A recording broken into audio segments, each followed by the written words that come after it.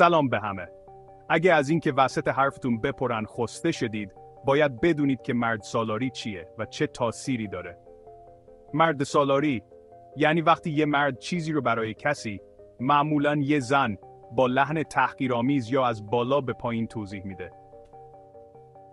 آشنا به نظر میاد، نه؟ ولی صبر کنید. قضیه فقط بی‌ادبی نیست. یه مسئله اخلاقیه.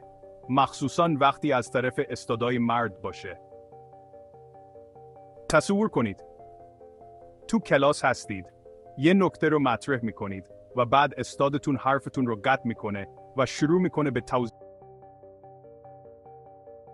تنها بی احترامیه، بلکه اعتماد به نفستون رو هم کم میکنه و باعث میشه کمتر تو بحثا شرکت کنید.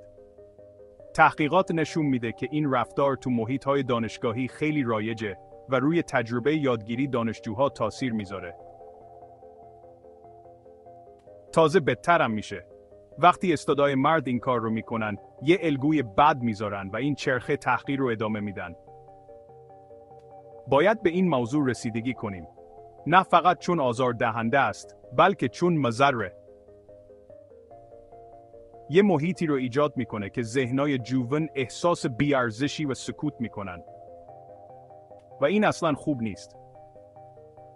پس دفعه بعد که با مرد سالاری مواجه شدید، بهش اعتراض کنید. گفتگوی محترمانه خیلی مهمه. و استادای مرد ما بیشتر گوش بدید، کمتر حرف بزنید. بیاید کلاس هامون رو به مکانی با احترام و درک متقابل تبدیل کنیم. شما هم تجربه ای از مرد سالاری دارید. تو کامنت ها به اشتراک بذارید. بیاید این گفتگو رو ادامه بدیم.